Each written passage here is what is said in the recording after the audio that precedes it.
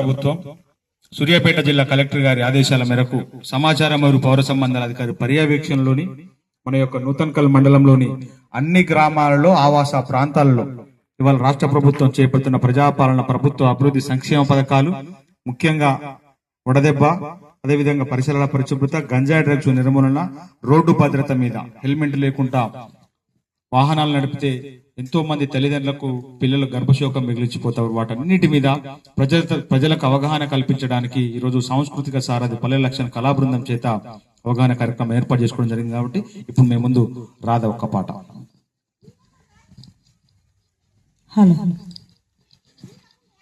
పైలమన్నా బండిని నడిపే అన్నా,